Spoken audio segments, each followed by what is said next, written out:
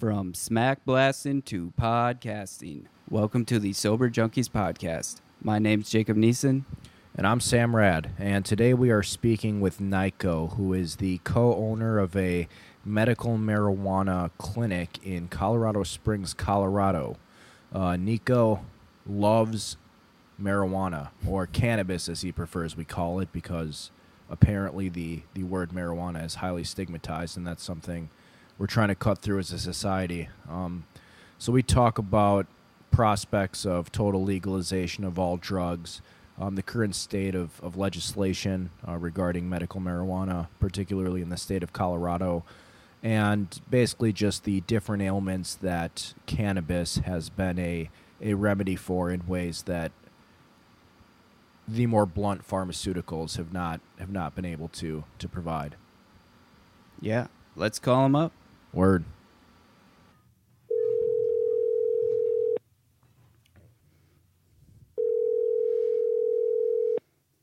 Medical. This is Nico speaking. How may I help you? Hi, Nico. How are you doing? This is Jacob Neeson from Sober Junkies. Hey, what's up, Jacob? I thought you guys were going to call from a 414 number. Oh, this isn't one? It's a 920 number. It says 920. Yeah, I still have my number from when I lived in the Fox Valley. I almost screamed you. My bad. We're glad we got through either way. Yeah, thanks for coming on. So you are a manager and part owner at a medical marijuana dispensary in Colorado Springs, correct? So no, not dispensary, a clinic. Okay, literally, they call it a clinic. Your regular doctor's office. Okay. So what's the difference between a dispensary and a clinic? Dispensaries have licenses to either grow, sell, both, or also, create concentrates. So dispensaries actually, so what I do as a clinic owner, and so I hire physicians that are in for the cause, that are willing to potentially risk their licenses, because obviously it's federally illegal still, so they're risking their licenses for recommending medical marijuana. Oh, okay. And I partner with the medical dispensaries in Colorado Springs to send their patients to us to get their prescription card, which renews every year. There's an expiration date on it. Obviously, the state collects its fee. We collect our fee for our doctors. And it's every 12 months you have to get a prescription for this, for medical marijuana. Colorado Springs is the anomaly in this entire state because we are the only city that is only medical. Oh. When the state is recreational and medical. Okay. I mean, so tell us a little bit about how you got started into all this.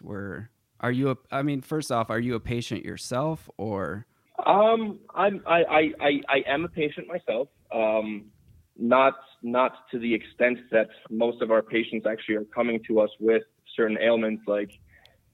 So I got started back in, I'd say about last June, so the clinic that we own right now is a clinic that was started by one of the pioneers that helped medical marijuana pass here in Congress in Colorado about 15 years ago. His name is Dr. Bruce Reimers. So he was on his way to retirement. We had already been in the industry for a few months, also doing the same thing. And he kind of just handed over the ropes to us because, he loves his patients and whatnot. And, so push comes to shove. And in the end, we are seeing about 800 patients a month. We have about 3 competitors in the area, give or take 1 or 2 that sprout up here and there. Bottom line is, differentiating yourself isn't very hard because you're in an industry that is so fresh that you can create your new ideas every freaking day. And I'm not joking when I say every day, because not even the State Department that controls or regulates what we do, not even they have it down pat. We have to deal with issues on a daily basis because there are changes made on a daily basis. I mean, it's like the gold rush. It's like the .com age. It's called the green rush apparently, but people that balk at that or might see it that way, they're in it for greed. We're actually in it to educate the population, and not just here, but also in the entire country, about medical marijuana and how it should be called a medicine and not weed. Right. So I was going to ask you, why is there such a divide in our country where, some people are just opposed to it altogether? You have medical users that strictly say this should be a medicine, and then now you have recreational spreading across the country. Do you think, it kind of devalues the idea that cannabis can be used as a medicine when you have recreational? It's exactly the role that I took on when I was here. So my title is marketing director of my clinic, but that's on the surface. On the deep down end, what I really took on is lobbying and changing its perception and being the face of cannabis, not just in this state, but in the country as well. I mean, I've had sit downs with the Secretary of State of Colorado, Mr. Williams, and he's a Republican, and he still had to sit down with me and our doctors because he wanted to learn more as to how they could be a better resource. Right. So he's a Republican, but he's not a far-right lunatic, apparently. So he used to be the commissioner of El Paso County, which is Colorado Springs. And as I said earlier, Colorado Springs is the only county that is only medical. So conservative county, right? They invited us to a private dinner while his wife was campaigning to be El Paso County commissioner, and he is the Secretary of State in Colorado. And I mean, it was an honor, obviously. Right. And it was amazing that they invited us.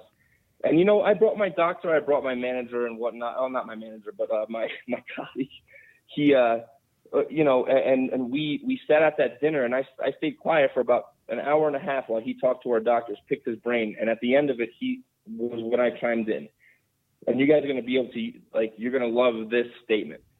He asked, what can we do to change the perception of cannabis nationally? What can we do? How can we help you? But that's what he was saying. Right. And then that's when I chimed in and said, well, sir, first it starts with leaders like you guys. Where, it's no secret you're conservative, but you have us here at this dinner. B, the reason this country has the perception it does, because of all the brainwash that we've been fed our entire life.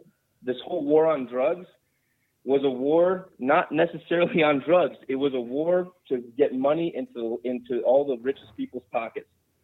Right. And I haven't had this perception my entire life. Just in the last 12 months, I realized that everything my dad told me my entire life about greed and politicians is real. I had my communist parents that brought us here from Poland I had them convinced about the medical marijuana industry by saying one thing. I'm like, guys, you guys love what this country gave to you, but you complain about the politics and the greed. And now you're complaining about us being in this cannabis industry. When I say us, it's me and my brother. Right. Well, guess what? All I had to say to them is, you guys know about the whole war on drugs, right? Well, guess what? Hemp is proven to be 10 times stronger than steel. Hemp is proven to be a good medicine. Hemp is proven to be a good resource to create clothing. And they created a war on drugs on it right when they found that out. Pretty convenient, right? Right.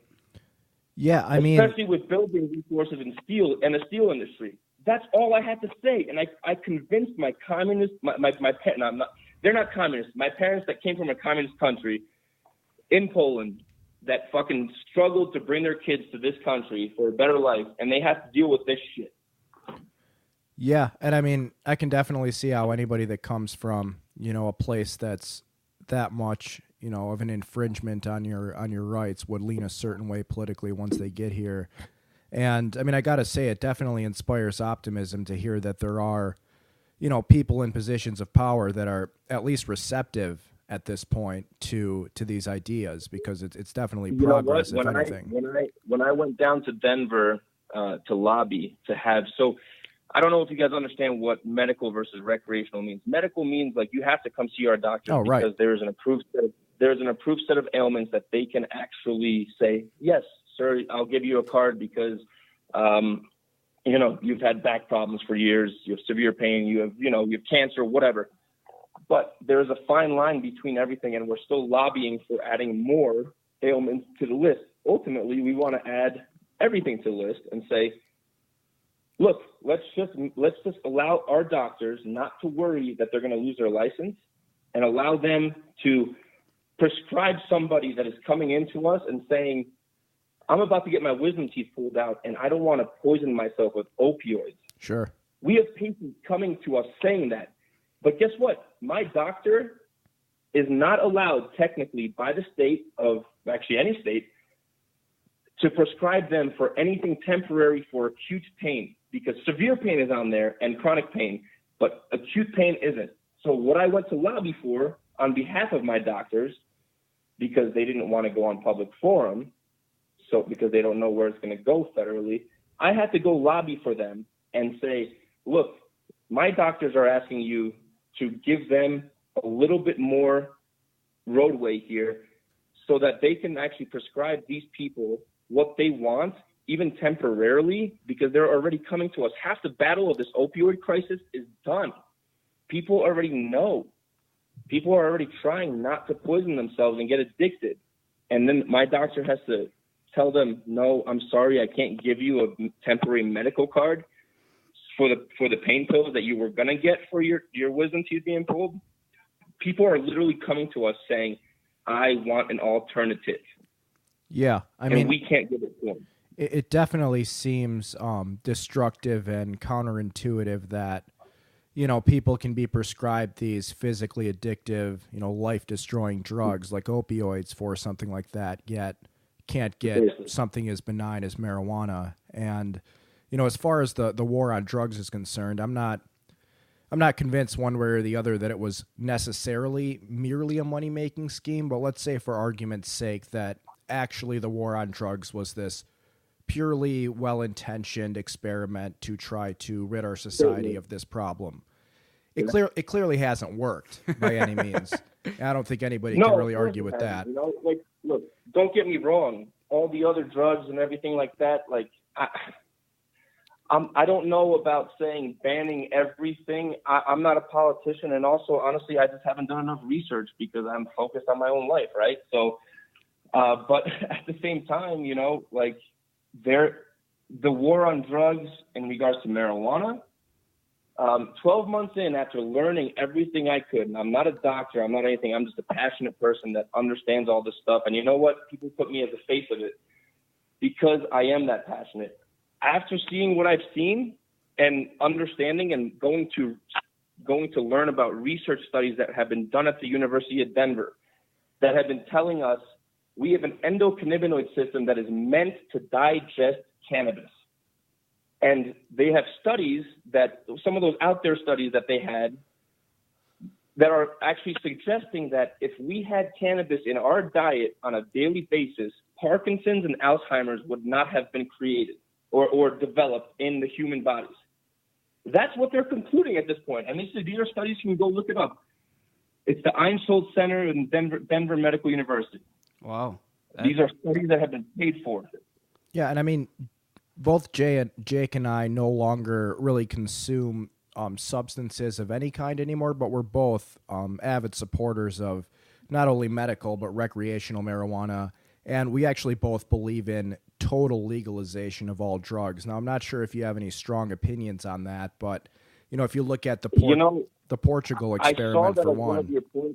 I saw that as one of your topics of conversation, and I thought about it for a second. And obviously, I've had these conversations with people in the past, probably because we were just having a good time, and also, just got into a political conversation of some sort. From not representing my clinic, right? My own opinion, I think that people should be allowed to do what they want to do to a certain point. But at the same time, there are substances out there that should maybe be banned. But at the same, once again, I kind of see the other argument. Let everything go, and everything else will be free. Right. No, like what happens when you're a child and your mom tells you not to do something? What are you going to do? Exactly. You're gonna do it. I mean, the argument for it is that the reason, obviously, there's some drugs people should never do, but their reasoning rarely has to do with the legal status of the drug itself. Well, I mean, that's definitely my experience, right?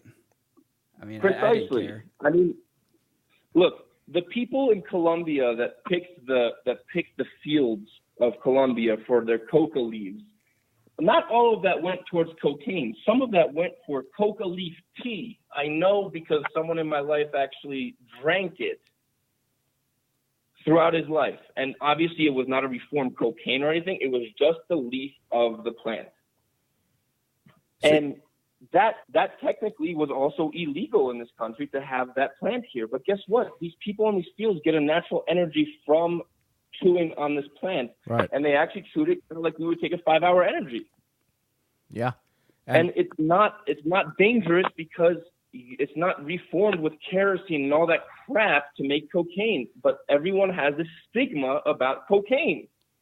And if you say that you're drinking coca leaf tea, the stigma is there. Yeah, it's a lot like the distinction between opioids and heroin, right? If you tell somebody that you're a Vicodin addict, they really won't think twice. But if you tell them you're addicted to heroin, they will, probably treat you very poorly in general, not realizing these are virtually the same substance. Sam, that whole stigma with the opioids, though, like what you just said, that actually is starting to pick up as well. People can look at you now and they're like, "Oh, you're addicted to opioids." Well, let me tell you something. 1 out of 5 of our patients are veterans. We live in a military town.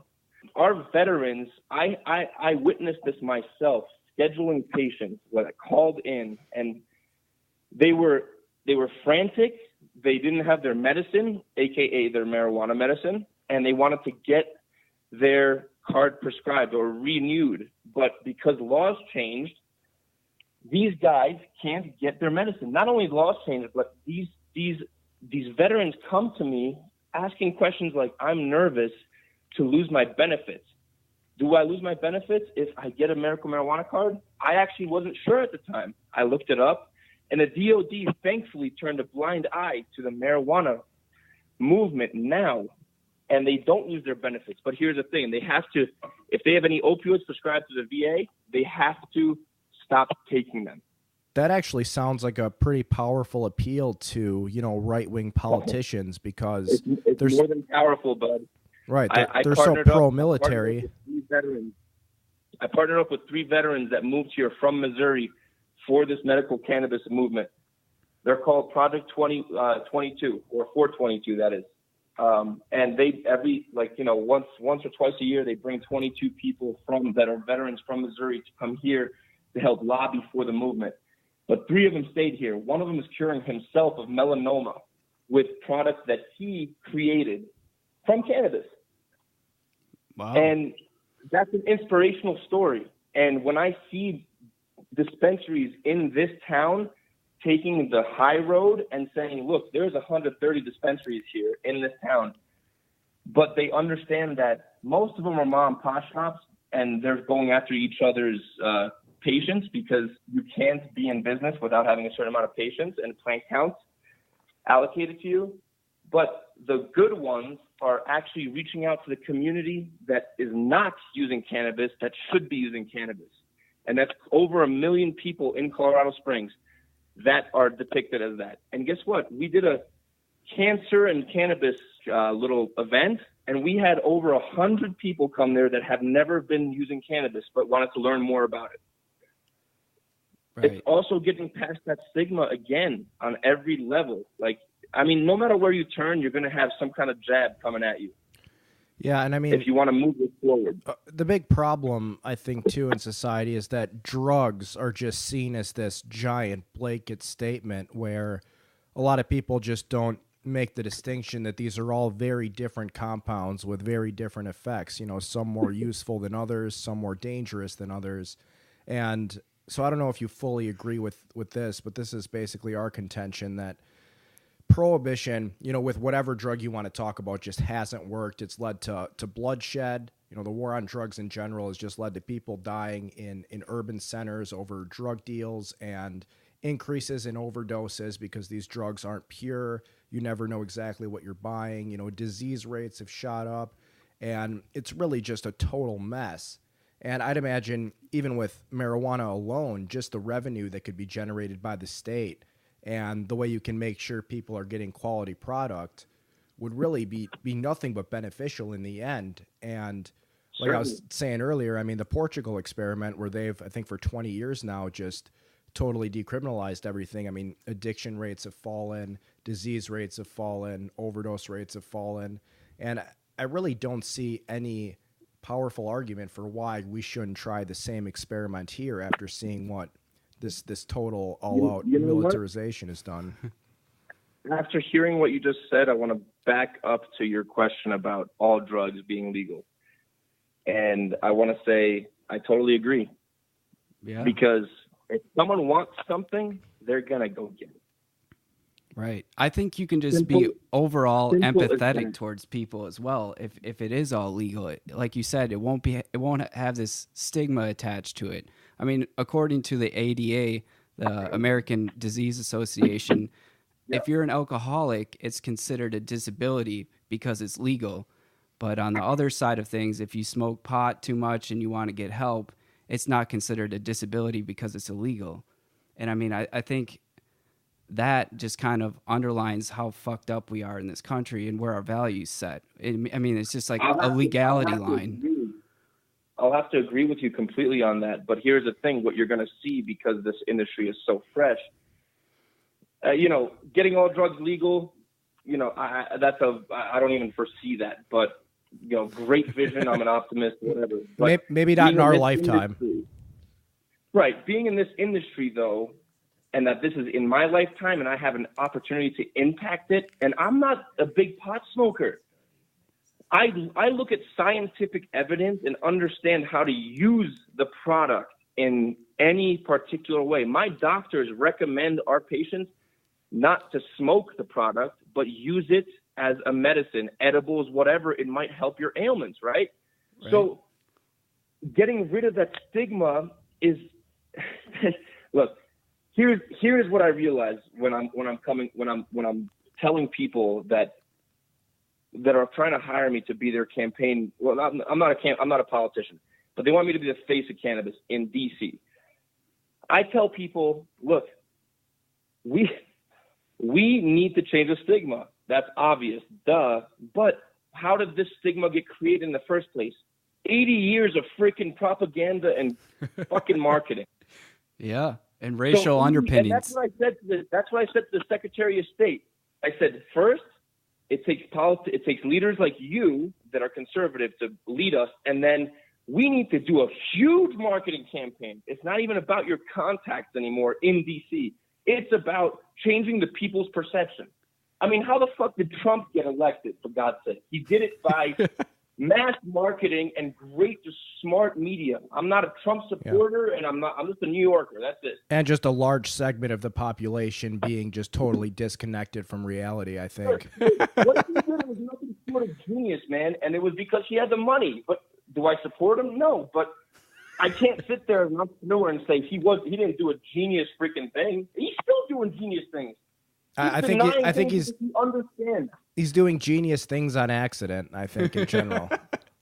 Well, you know what? I still don't know if that's true or if it's his advisors, but dude, he's been doing it for 40 years, man, in the business. So something tells me it's not a coincidence, but yeah, he does his stupid thing. That whole Putin thing was in Helsinki. Of course I just don't understand how he doesn't know it's bad. Like, I mean, if he's shown us anything, it's that. I just don't get it. I mean, all publicity truly is good publicity if he's proven anything. I mean, I think that's it. Well, guys, when I was in college and I finally made my starting position at Syracuse, I was a kicker. Never played football in my life. And the year I started, I actually opened a hookah bar with Mikhail Marinovich, which, if you don't know football, his brother was #1 draft pick in front of Brett Favre. But then he was one of the biggest druggies that came out of the NFL. So obviously he left California, and I partnered up with him to open a hookah bar. Little did I know that he had this history. Right. But guess what? We didn't market for shit. We had 400 people there day one. We made $30,000 in the first month before we had a small fire because of entrepreneurial mistakes. But my point is, like you said, no publicity. All publicity is good publicity because Syracuse was up in smoke because of a defensive lineman and a fucking kicker. Right. But guess what? People still came to our hookah bar. Sure. So going back into your wheelhouse now, medical marijuana, can you think of any ailments off the top of your head that were initially treated with, incredibly blunt drugs that are prescribed and legal, and the way now they're treated with marijuana, and it's just much, much safer and just a whole better experience for the patient? The easiest example I can give you right now, especially because Dr. Sanjay Gupta just came out with a study he did on already addicted patients that were addicted to opioids.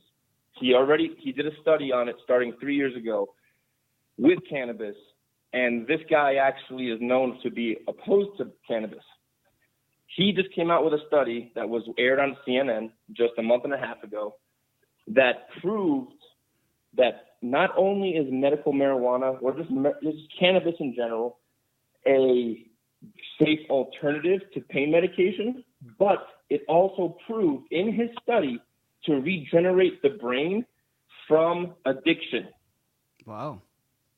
I'm not making this up. You guys can look it up right now. I mean, there's lots of studies from the MAPS organization that also backs that study up. Well, going back to the stigma in media, Dr. Sanjay Gupta, I've heard of him before because he's a face of media and news and so on and so forth in the medical community. But so there's a lot of doctors out there that aren't like that aren't getting their word out there, that aren't getting to sow their piece. Thankfully, finally, the mainstream doctor came out and said, look, I just did this study, and wow, you guys were right. So that was a hope, in my opinion, to the general population. Guys, I'm assuming you guys are doing this podcast because you are kind of like me. I'm a top 1%er, not because of money, but because I understand that I am not going to be programmed by this entire society. Right. I'm going to live my freaking life the entire time and change everyone else's life because they don't know when they walk out that door at 9 a.m. how that damn door handle works because they don't cognitively understand it.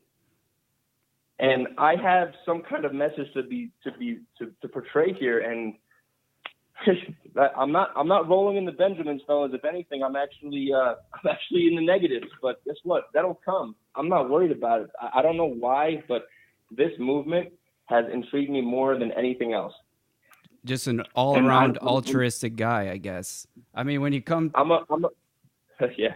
Go ahead. Sorry.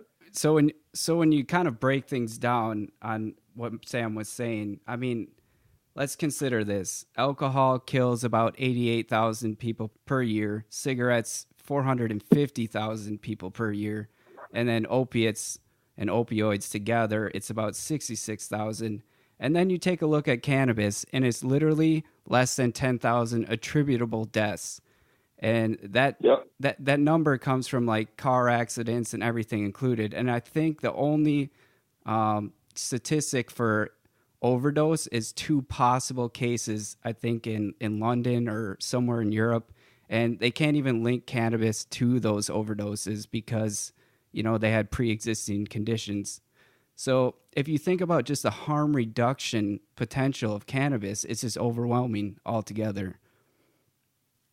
I totally agree with that. The harm reduction is that's actually a really good way of looking at it, and I'm going to use that from now on if you don't mind. You're welcome. Thank you for using that term. No, seriously, because I once again it's a struggle to change people's minds when they've been positioned their entire lives. And here's the thing: I'm not a used car salesman. The only reason I'm good at what I do is because I sell stuff that I believe in, that I know works, and it's based on scientific evidence. It's not like, no Nutrisystem, nothing like that. This is, look, we are putting this evidence of scientific evidence that you as a government paid for in your face, and you still can't sit here and say, hey, maybe we should look into it a little bit more. I mean, what the hell? Like, so the Secretary of State, his campaign manager told me, like, gave me some tips before I met with them, because that's what they do. And they're like, look, they know Senator Orrin Hatch from Utah, who's also a very conservative Republican. Ask them if you can get in touch with him, even though he's retiring. And I'm like, I brought it up, but I actually looked him up. He passed a bill, and that's where hope comes from. I hope it does, actually. Maybe I'm being tricked again by the media as well. I don't know. But he passed a bill in September of 2017 saying, guys, look, we get it. Marijuana, we don't like it for the general public. But guess what? It's been proven to give some benefits to the community that needs it from a health perspective. And he said, and he passed the bill to help. He literally said, let's get out of the way of those that are trying to help others. Yeah, I mean, I really see nothing but progress, I think, coming on this topic, in the next few years or whatever. I think it's just going to keep getting better. Like, the only thing preventing it, I feel like, is just older people that are in power who still just have some kind of dogmatic, misguided opposition to the idea because they think that it's immoral for one reason or another to allow people to use marijuana. And I think that slowly is going away. Yeah, I think if Jesus ever talked about smoking blunts, we would not have this problem of stigma against marijuana as we do today. think you know what, and you use marijuana, and the term marijuana in general still has that negative stigma. I don't know if you noticed on this call, I caught myself many times saying, look, cannabis is the plan. Marijuana and weed and ganja, Mary Jane, we got to stop all that, because honestly, there's people out here, there's veterans out here that are trying not to blow their fucking heads off trying to get medical marijuana because it helps, because they know it helps. And that veteran message is the biggest message I could tell you, like you said earlier.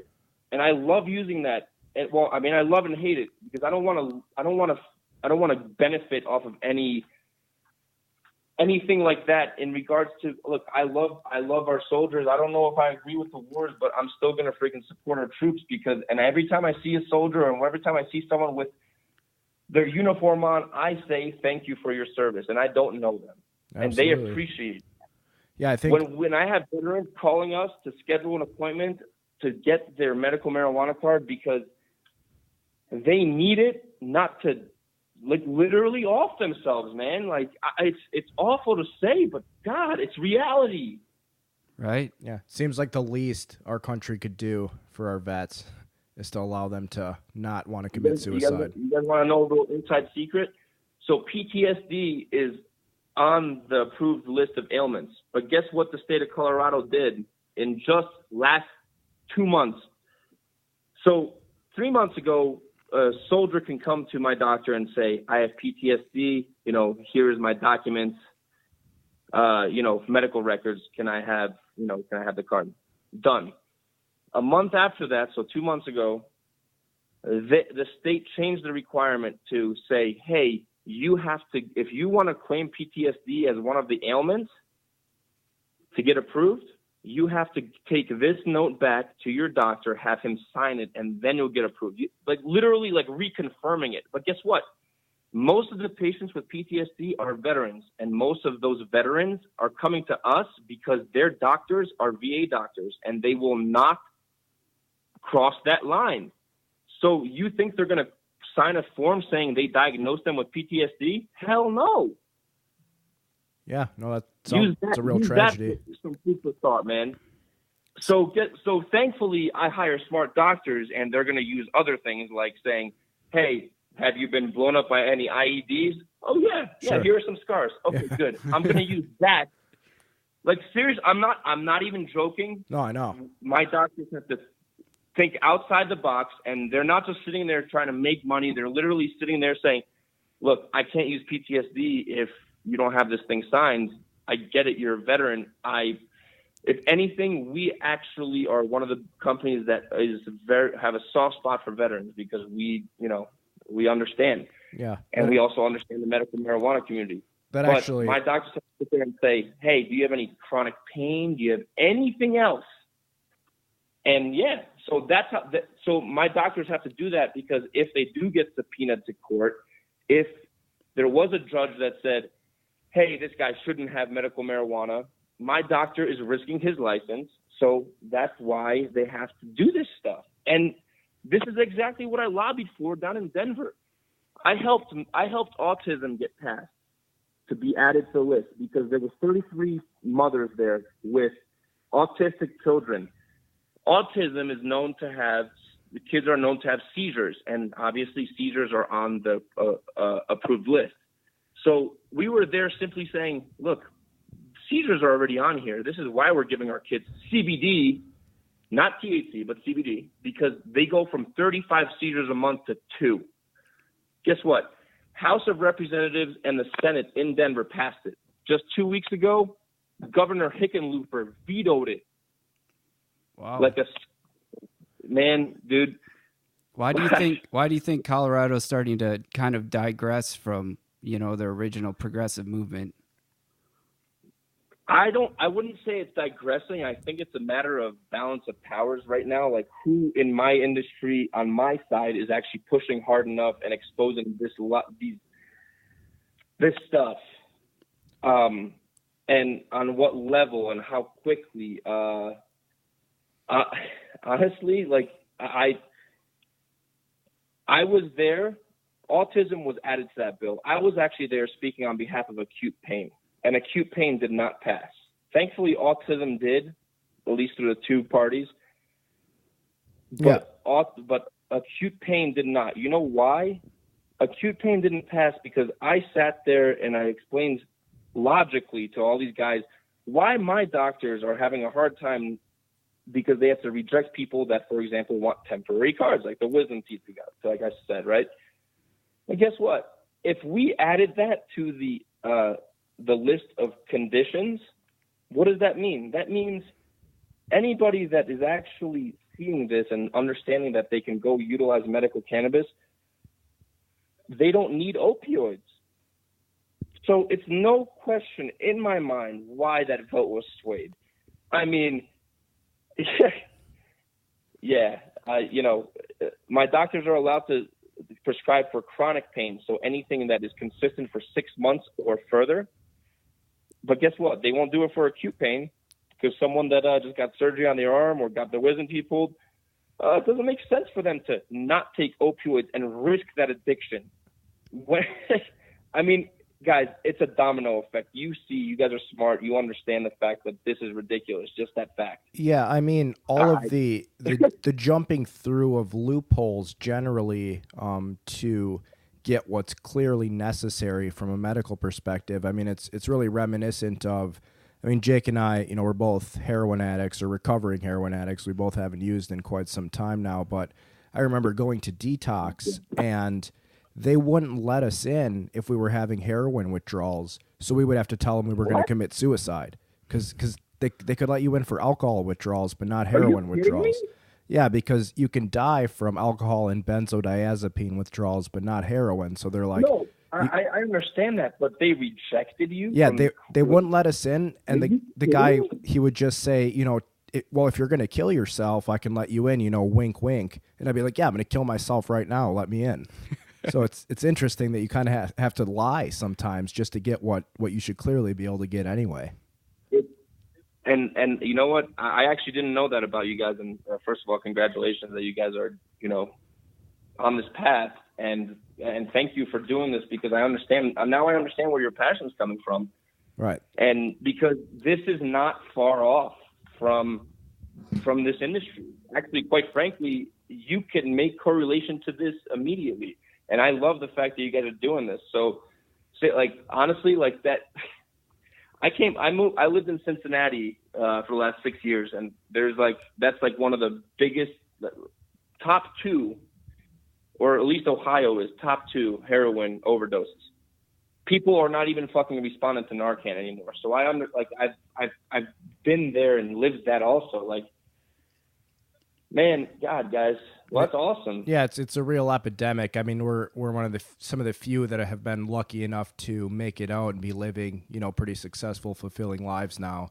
And certainly, yeah, this podcast is our attempt in general to, just talk about important issues that matter and hopefully help some people. I guess finally, I think the last thing we should really touch on is a lot of the arguments I've seen against marijuana is that it's harmful health-wise. So does it cause lung cancer? Is there a relationship between marijuana and psychosis or depression?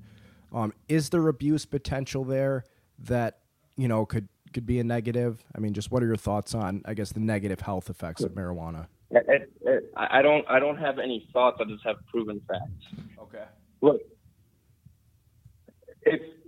when you come see my doctor, like any doctor, he'll tell you not to smoke anything. Because here's the thing. If you heat up your lungs, you're killing tissue and you're creating cells that are regenerating that could be cancerous. That's how cancer forms, right? Well, guess what? So my doctors, when they see these patients, they recommend to the patients, look, guys, don't smoke it. Well, guess what? 95% of our patients don't smoke.